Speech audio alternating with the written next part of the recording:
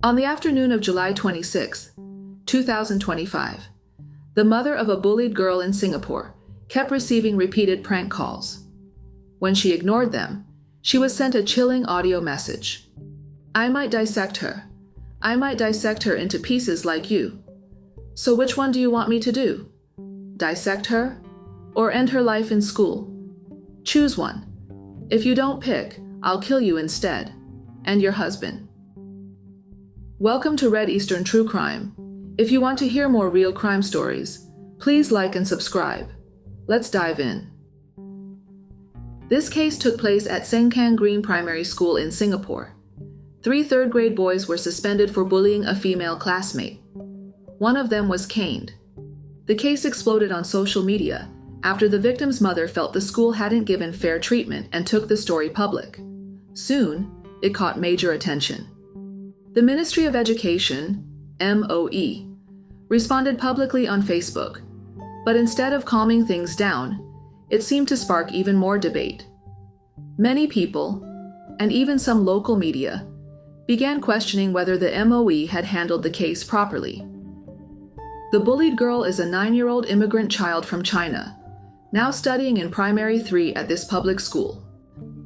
According to her mother, Ni Yin, her daughter endured months of bullying from 3 boys, including verbal insults and mockery, pushing and shoving, breaking her toys, erasing her homework, public humiliation, and eventually, death threats.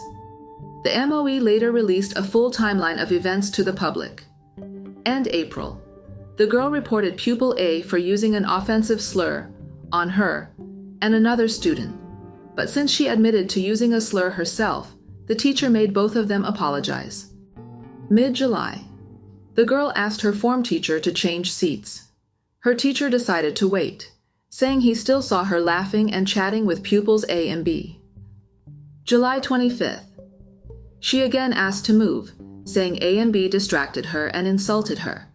She also reported pupil C for touching her face without consent. She admitted to insulting them too, so the teacher told all 3 to apologize and rebuild their friendship. Later, he informed her parent and said he would change her seat the following Monday, while looking into her complaint about pupil C. July 26th. The girl's mother reported to the school that receiving prank calls and death threats. July 28th. The school pulled all 3 boys from class.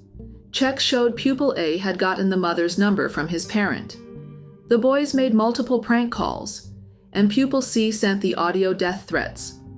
The school reprimanded all 3 pupils and informed their parents that they would be suspended from school immediately.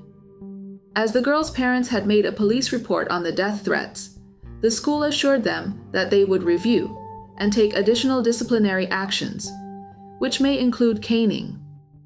That same morning, the vice principal met the girls' parents to explain actions taken, including separating her seat, future bag checks, and assigning peers to accompany her at school.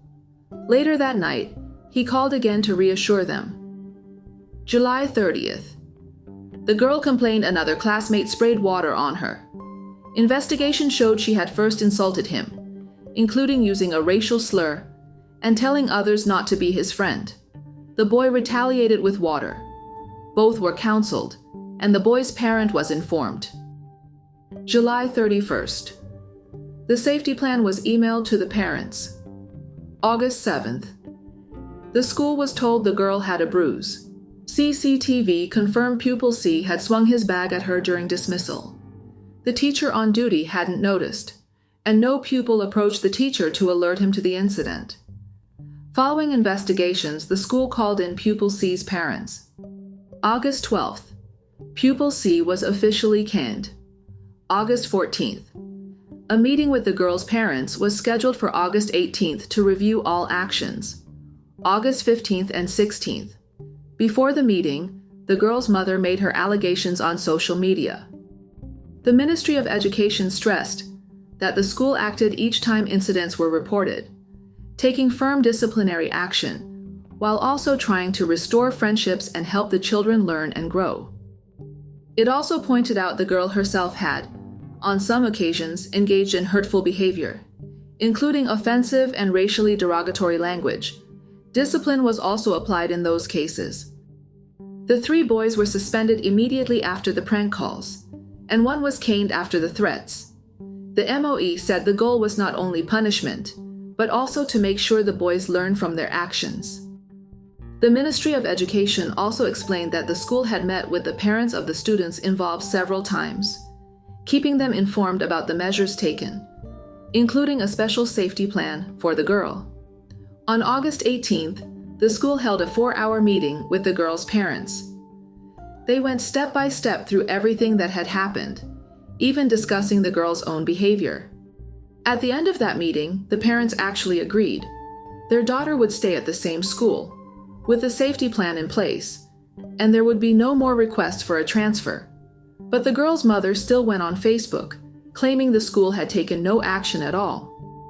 The MOE then issued a strong statement. "We take a firm stand against bullying and hurtful behavior. We understand parents are anxious when their children are affected, but we urge them to work with the school." When parents post dramatized, one-sided accounts on social media, it only causes more emotional stress for their children and blocks the school's efforts to counsel and reconcile. And in this case, the social media exposure had real consequences.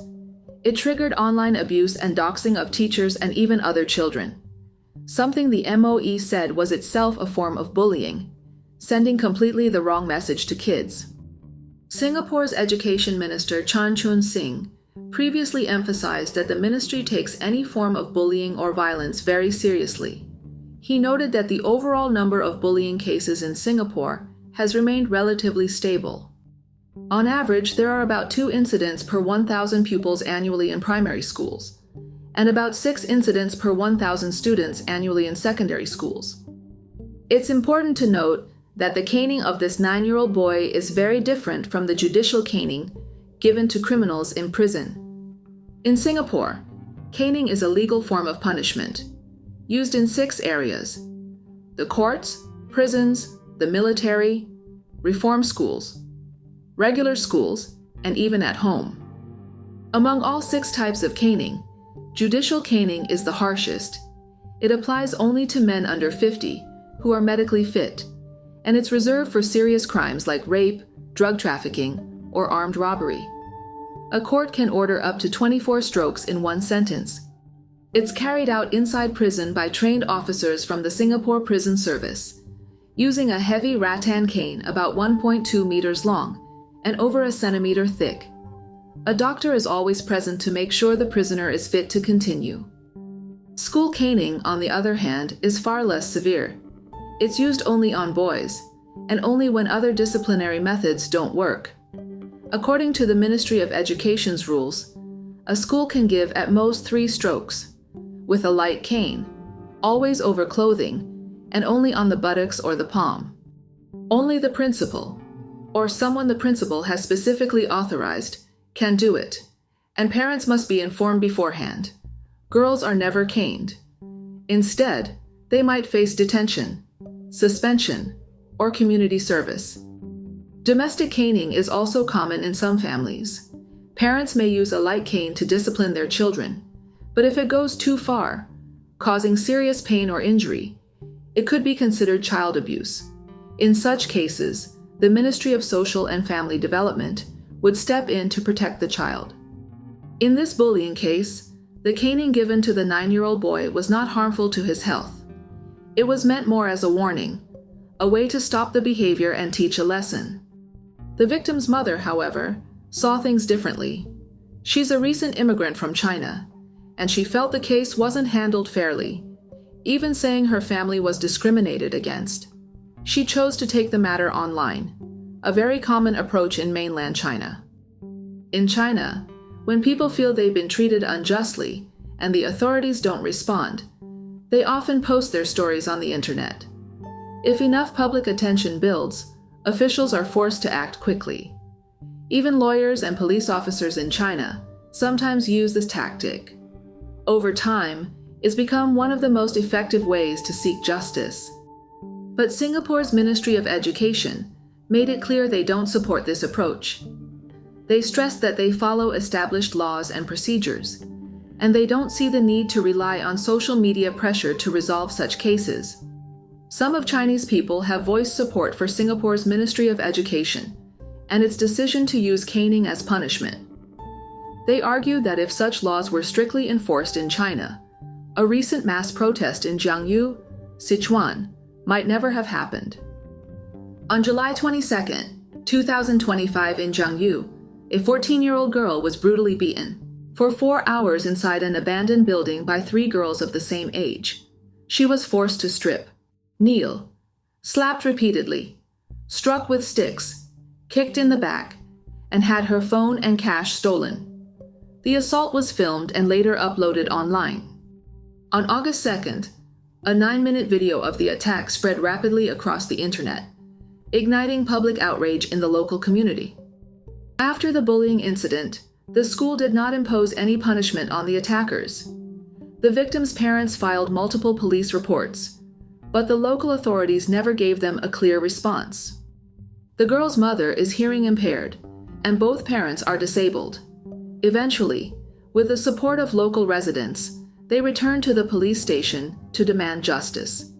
In desperation, they even knelt in front of law enforcement officers, pleading for help. This act sparked deep sympathy and anger among the public.